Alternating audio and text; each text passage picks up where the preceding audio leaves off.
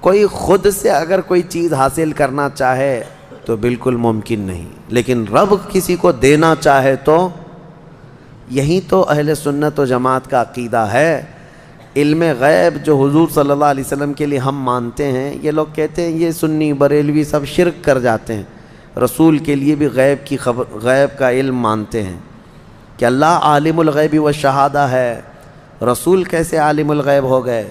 میاں یہی تو سمجھنے کی بات ہے کہ ہم یہ نہیں کہتے کہ رسول بھی اللہ کی طرح علم غیب رکھتے ہیں، نہیں، ہم یہ کہتے ہیں اللہ جسے چاہے جتنا عطا فرمائے، اور اس نے اپنے رسول کو بے حساب عطا کیا، یہ قرآن میں ہے، تو تمہارا اور میرا جھگڑا کس بات کا؟ اللہ کی عطا پر ہے، اللہ کی عطا پر جھگڑا کرو گے؟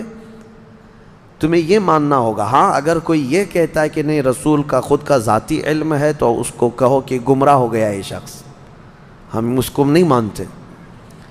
رسول پاک صلی اللہ علیہ وسلم کو ہو یا دنیا میں کسی بھی شخص کے بارے میں تم اگر یہ مانتے ہو کہ اس کی خود کی حاصل کی بھی طاقت ہے، ہم اسے شخص کو کہتے ہیں کہ یہ شرک کی طرف جا رہا ہے۔ ہاں یہ کہو کہ اللہ کی عطا سے اللہ جس کو جو چاہے عطا فرمائے، اللہ جس کو جو چاہے عطا فرمائے۔ ایک بیچارے بہکے ہوئے صاحب ہیں، ہم نے یہ دلیل ان کے سامنے رکھی، بھائی ذاتی اور عطائی کا فرق سمجھو، ذاتی اور عطائی۔ ذاتی کا مطلب اللہ کی جتنی طاقتیں ہیں وہ اس کی خود کی ہیں، اس کو کسی نے دیا نہیں ہے، اور رسول کو جو کچھ بھی ملا ہے وہ ان کی خود کی نہیں ہے بلکہ یہ اللہ کی عطا کی ہوئی ہیں، اللہ کی۔ بات سمجھ میں آئے؟ صاحب جو ہے وہ بھڑک گئے اور کہا کہ یہ سب فرق آپ نے پیدا کیا ہے، اس کا مطلب یہ ہے کہ اللہ جسے جو چاہے وہ سب دے گا۔ کہا اس میں تمہارا اور ہمارا اللہ مشورہ نہیں لے گا کہ کس کو کیا دینا ہے، کسی کو علم سے نوازا، کسی کو دولت سے نوازا، کسی کو صورت سے نوازا، کسی کو سیرت سے نوازا، وہ جس کو جو دینا چاہے۔ جب وہ کائنات میں اپنے محبوب کو بے پناہ علم عطا کرتا ہو تو تمہیں جھگڑا کس بات کا ہے؟ تو ان صاحب نے ایک چبھتا ہوا سوال یہ کیا، اچھا تو آپ یہ مان لیں گے کہ اللہ جس کو جو چاہے وہ عطا کر دے گا، تو پھر ہو سکتا ہے کہ اللہ اپنی طرح دوسرا اللہ بھی بنا دے کسی کو؟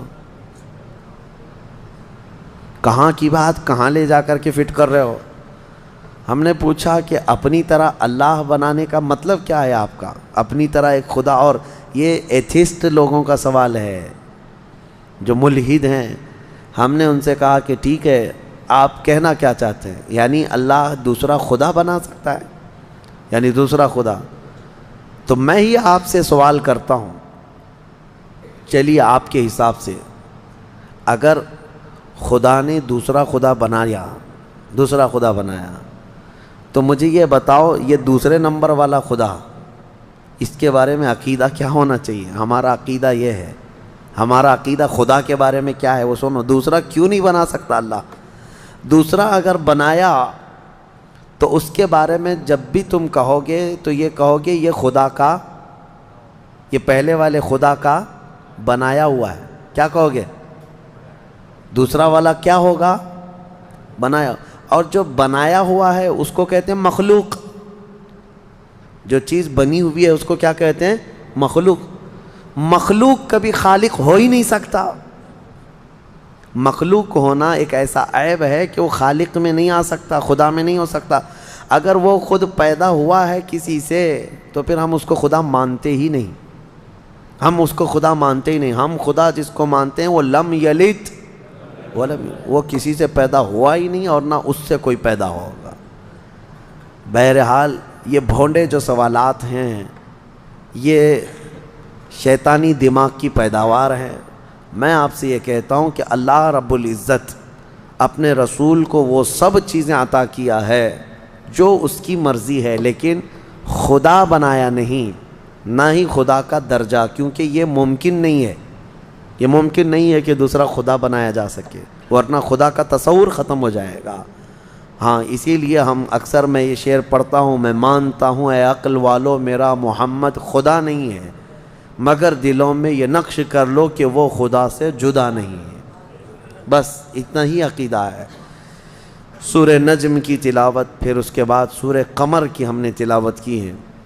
سورہ قمر میں اللہ تعالیٰ نے حضرت نوح علیہ السلام کی قوم پر جو عذاب آیا اس کا ذکر فرمایا۔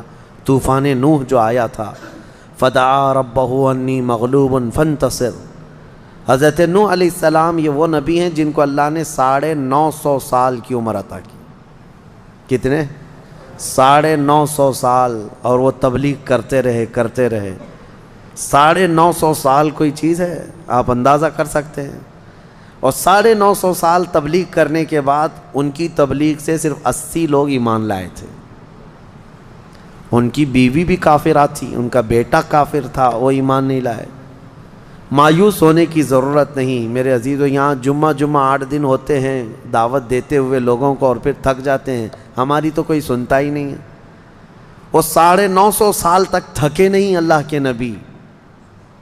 دین کی دعوت ایسا نہیں ہے کہ تم سوچتے ہو ابھی میں دعوت دوں ابھی فوراً یہاں اثر ہو جانا چاہیے، انگریزی دوائیوں کی طرح سمجھتے ہو، ادھر گولی دیا ادھر بخار اترنے لگ جائے۔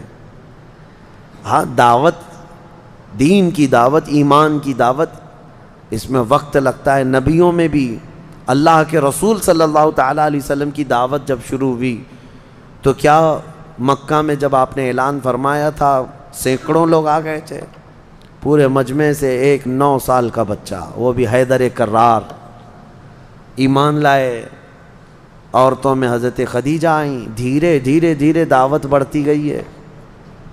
دین کی باتیں آپ دوسروں تک پہنچائیں، اچھائی کا حکم دیتے رہیں، اور مایوس نہ ہوں کہ میری کوئی سنتا نہیں۔ وہ اللہ کی مرضی ہے، جب چاہے ان کے دلوں میں بات ڈال دے گا۔ تم اپنے کام جاری رکھو۔ 950 سال کے بعد حضرت نوح علیہ السلام نے عرض کیا کہ مولا میں مغلوب ہو گیا، تو مدد نازل فرما۔ تو اللہ تعالیٰ نے فرمایا ٹھیک ہے نوح، تم ایک کشتی بناؤ، کشتی بناؤ، ہم دنیا میں پانی بھیجنے والے ہیں۔ یہ اللہ کے نبی کو معلوم تھا۔ حضرت نوح علیہ السلام نے اپنی قوم کو ڈرایا بھی کہ اللہ کا عذاب آئے گا۔ وہ مذاق اڑاتے تھے حضرت نوح علیہ السلام کا، بہت مذاق کرتے تھے۔ کبھی کبھار تو ایسا تھا کہ حضرت نوح علیہ السلام کو مارتے تھے، پورا دن آپ بے ہوش ہو جاتے تھے، اور ان کے مارنے میں مدد ان کی بیوی کرتی تھی، کافروں کو حضرت نوح علیہ السلام کی خبر دیتی تھی، مدد کرتی تھی۔ بہرحال حضرت نوح علیہ السلام نے کشتی بنانا شروع کیا۔ وہ اتنی بڑی کشتی تھی لکڑی کی، جس کو عام طور پر ڈھکیل کے بھی لے جایا نہیں جا سکتا تھا، وہاں کوئی آس پاس سمندر اور ندی بھی نہیں۔ اس پر بھی لوگ مذاق اڑانے لگے کہ خشکی میں اتنی بڑی کشتی بنا رہے ہو، اس کو اٹھا کر سمندر تک لے جاؤ گے کیسے؟ انہوں نے کہا اس وقت بھی کہ آ جاؤ میری کشتی میں، اگر اللہ کا عذاب آیا تو تم سب ہلاک ہو جاؤ گے۔ وہ سب مذاق اڑاتے تھے، کون سا عذاب، کیسا عذاب؟ تو پھر اللہ فرماتا ہے فَفَتَحْنَا أَبْوَابَ السَّمَاءِ بِمَاءٍ مُنْهَمِرٍ، ہم نے آسمان کے سارے دروازے کھول دیے پانی سے۔ وَفَجَّرْنَا الْأَرْضَ عُيُونًا، اور پھر ہم نے زمین کو پھاڑ دیا کہ زمین پانی اگلنے لگ گئی۔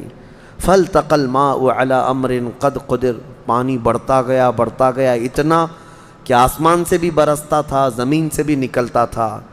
میرے عزیزو، آپ نے تو ممبئی میں باڑھ دیکھی ہے، سیلاب دیکھی ہے، یہاں پانی جب بھر جاتا ہے تو موت گلے تک آ جاتی ہے، خوف طاری ہوتا ہے۔ یہ تو ہلکا پھلکا پانی، 1 مالا ڈوبا ہوگا، کسی کا 2 مالا، لیکن وہ نوح علیہ السلام کے زمانے میں جو طوفان آیا، زمین کا کوئی پہاڑ بھی باقی نہیں تھا، اس کے اوپر پانی جا چکا تھا، زمین پر کوئی پہاڑ بھی باقی نہیں تھا۔ جو کفار آپ کی کشتی میں نہیں آئے وہ سب غرق ہوئے، یہاں تک کہ ان کا بیٹا جو کشتی میں نہیں آیا، آپ نے فرمایا تھا یا بنی ارکب معنا ولا تکن مع الکافرین، اے میرے بیٹے آ جا ہمارے ساتھ سوار ہو جا، کافروں کے ساتھ مت جا۔ اس نے کہا تھا قال سآوی الی جبل یعصمنی من الماء، میں ایک پہاڑ کے اوپر جاؤں گا، مجھے پانی سے میں بچ جاؤں گا۔ اللہ نے فرمایا لا عاصم اليوم، آج کے دن کوئی بچانے والا نہیں ہے تمہیں، سب ختم ہو گئے۔ حضرت نوح علیہ الصلوۃ والتسلیم کی کشتی میں جتنے لوگ سوار تھے، یہ کشتی تقریباً 40 دن تک روئے زمین پر پانی پر تیرتی رہی۔ پھر جب طوفان ختم ہوا تو کنارے پر جا کر کے یہ لگی، اس میں کئی دن گزر گئے، تو اللہ کی حمد بیان کی آپ نے، اور اللہ کریم کی اس نجات پر شکر بھی ادا کیا اللہ کا۔ وہ 10 محرم کا دن تھا۔ تو نوح علیہ السلام کی قوم پر آیا ہوا عذاب کا ذکر سورہ قمر میں اللہ تعالیٰ نے فرمایا ہے۔